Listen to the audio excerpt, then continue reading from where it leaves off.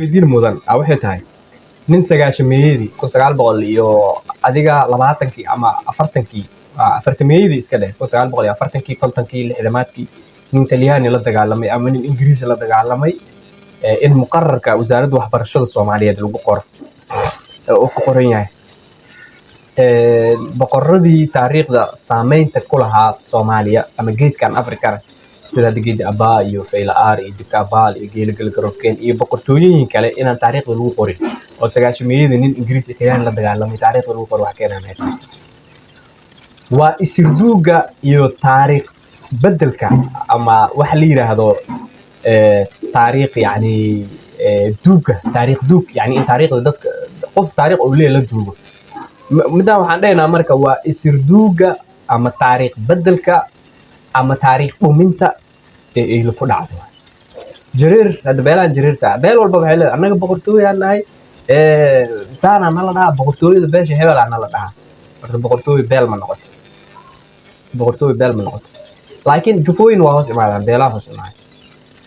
su'aal marka su'aasha aan rabo inaan ku weydiiyo ama inaan idin weydiiyo idinka daawadayaasha aan weydiiyo waxay tahay eeylo marka laga reebo hadda waxaa la yiraahdaa eeylada inta badan waxay u dhowdahay la yiraahdaa jareer ay u dhowdahay jareer waaye dhahan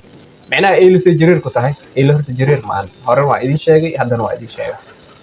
eeylo jareer ma ahan hawiyana ma ahan digil imriflana ma ahan daaroodna ma ahan eeylo waa boqortooyo qowmiyad ah oo dhulkan laheyd dhulkan deganeed dhulkan looga imaaday ya digil imrifla way weyn tahay digil imrifla iyadaa samayso digil imrifla 98 inta badan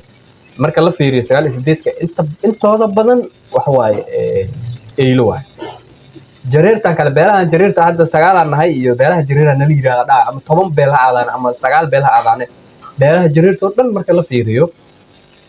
asalkooda boqolkiiba 98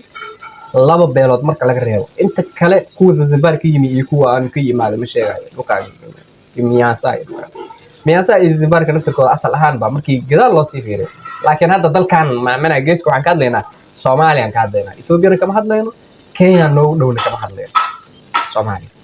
marka taariikh duuga lagu sameeyay ka mid tahay beelaha jareerta ana boqolkiiba boqol inay jareer samaysanto beela jareereed magacaas beela meeshan hal eeyla joogay laba beela joogto eeyli ama xaarabisa joogto eeyli ama xaara maadaama ay joogi jireen beelaha jareer weyne say ku sameysmeen beelaha jareer weyne waxay ku sameysmeen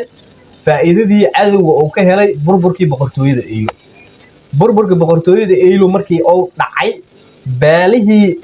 dhalin ilmihii eeylo ama jiilkii eeylo markaas joogay iyo ciidamadii iyo guutooyinkii dagaalada hogaaminaya taliyayaashii markaas eeylada ahaa naftooda waxay u doorbideen inay magacooda badashaan oo magacooda ku ilaalsadaan magac kale ay samaysanayaan sadarteeda shirkadaha aad arkayso dhan marka eeylo laga tago eeylo shirkad ma ahan shirkadaha kale jareer beelaha jareer markaad aragto dhanba waxay u sameysmeenba cadow ka cabsi iyo magacaas eeyliyan lagu dilin ay ku sameysmeen marka wax la yiraahdo beela jareer weyna ma jira wax la yiraahdo qowmiyad jareer weyna ma jirto waxaa jirto wax la yiraahdo boqortooyada eeyla jirto wax la yiraahdo waayo asalkooda soo fiiriyay beelahan jareerta soo fiiriyay asal ahaantooda meelay ka imaadeen fiiri xana helaysaa beelahaasi meelay ka imaadeen sida Cumar naftirkiis shirkadaas waxa lagu sameeyay inta badan eeyla ka roor ama eeyla ka cabsi waay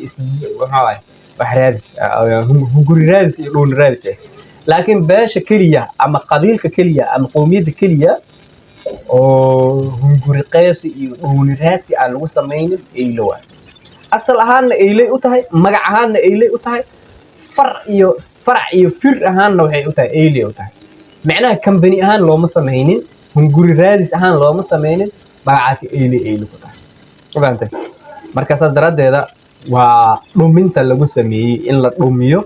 مجا إيلو إن لجا عررو مجا إيلو مجا كلا الله صممه وعدونا مركز ياتها مركز بيرادو إيلو يعني بال قبيل هبل عنها الوضع أصدرات هذا meelaha qaar markii aan fiirino qabiilada qaar meesha ay ka imaadeen asalkooda waxa uu noqonaa asal aad u foolxun oo aan aaba lahayn isirna lahayn oo noqonaya asalkooda markaa fiirino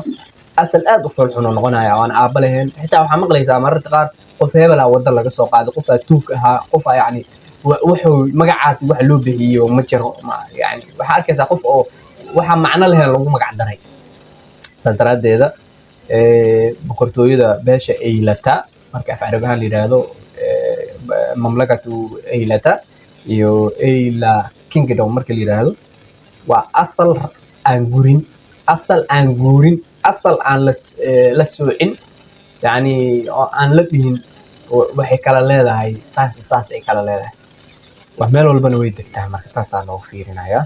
marka taariikhdaas yaan ladinka marin habaabinin dhalinyarada reer Eylo taariikhdiinana yaan la guurinin oo asalkiina taariikhdiinaba ma guursanto taariikhdiinana yaan ladinka boojaynin marka saas ogaanaysa